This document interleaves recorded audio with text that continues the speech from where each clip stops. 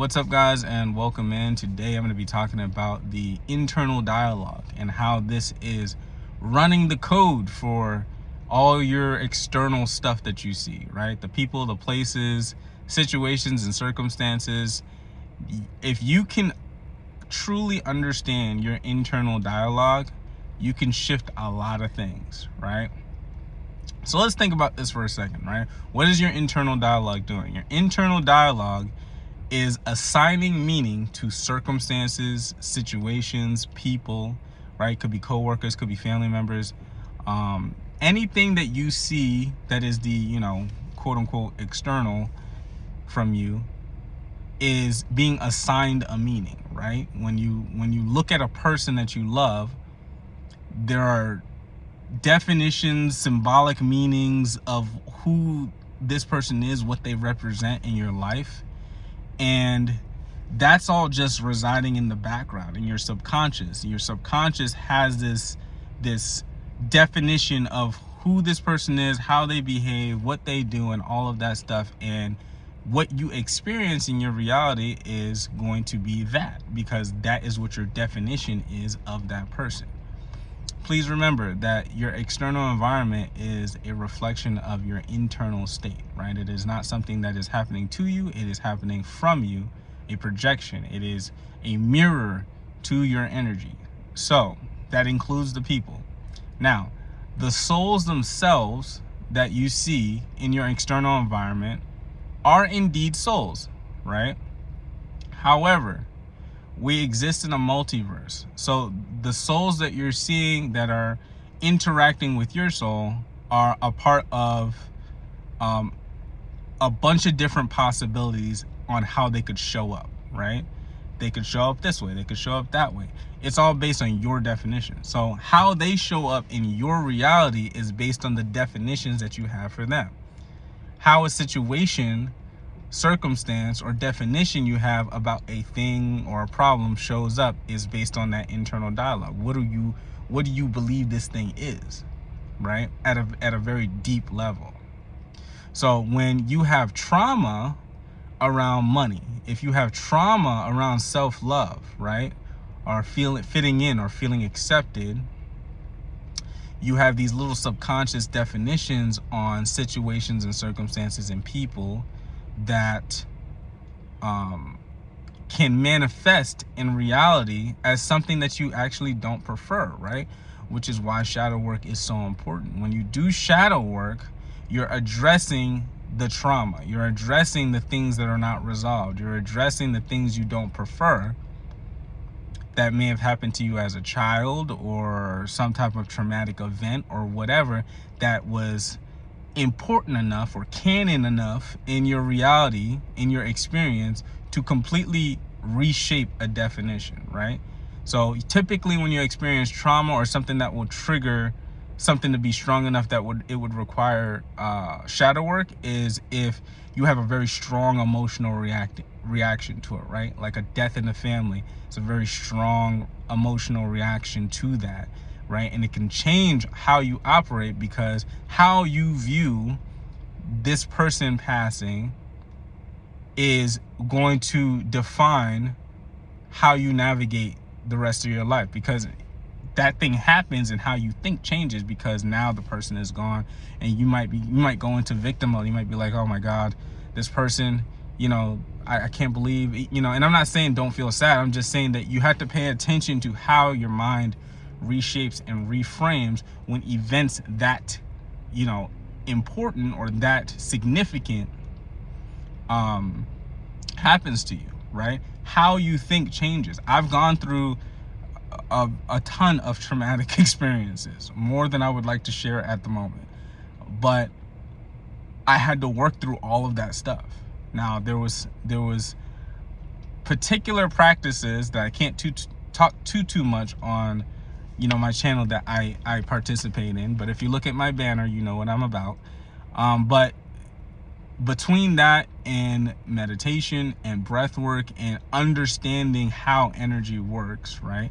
And if you guys ever want to go a bit deeper in understanding how energy works, you can get a book called Subtle Energy, right? Amazing book, changed my life. But yeah, by understanding that you're assigning definitions to stuff in reality, you can approach how you interact with situations, circumstances, people differently, right? Regardless of how they've shown up in the past, because how they've shown up in the past is just an echo of the definitions that you already assigned this person, right? So they did something that pissed you off. You're just like, I don't like this person now. And now every time you interact with them, you always kind of have that code running in the background. Like, I don't like this person. This person did X, Y, and Z. Now, you don't have to interact with the person if you don't want to, but you'd be surprised that if you assume the best out of someone in your reality that you previously had challenges with, that they start to change. They start to change their behavior, right? Because your definition of them, you're not hooked onto that definition. I don't like this person. They always do this, that, and the third, da, da, da, da, da, da, da, right? I have a friend that tried this shift with his staff, right? He's a supervisor. He's supervising other people, and there's like certain characters inside this group that he's just like, they're like a challenge to work with. And he changed the way that he was defining these people that he has to, interact with and deal with on a daily basis. And by truly changing the definition that he was holding for them, he noticed that their performance picked up. They become star players. Like, they're really, they were doing what they were supposed to do instead of doing what he didn't want them to do. So this is a very powerful concept, this concept of understanding that this environment that we're existing in, right? Again, that is subject to you, right? It's a reflection of your energy, is a blank canvas. It's a blank canvas that you can do what you want with. You just have to understand how to approach it, because it's energy, right? It's physical, but it's always energy first. So a definition or emotion exists as energy, right? That's not a physical thing. A definition is a meaning. An emotion is a feeling. Those are things that exist on the non-physical part of our experience. Very much important mechanically when you're trying to manifest stuff. So just be aware that the reason why you may go through the same loop with a person, right, and how they show up in your life is very much based on what kind of definition that you're holding for them, right? And that's a challenging thing, right? If somebody's been showing up for 2 decades as a particular character, that can be a very challenging thing to try to redefine. But it is the root, right? We're talking strictly mechanical. That is the root of how people show up in your life, right? When you meet somebody new, that's a blank person until you assign meaning to that person, right? And I don't mean blank like they don't have their own character already, right? But they're gonna show up a particular way when you first meet them, and then it's up to you on how you want that to go for the rest of the interactions. Is this somebody I like? Is it somebody I don't like? Is it, like, this seems like they remind you of somebody that you used to not like, right? And that's another weird thing, right? We're kind of going off subject now, but have you guys ever noticed that sometimes you'll meet the same person, but it seemed like they got a different face, or they're in a different avatar, right? Weird, isn't it?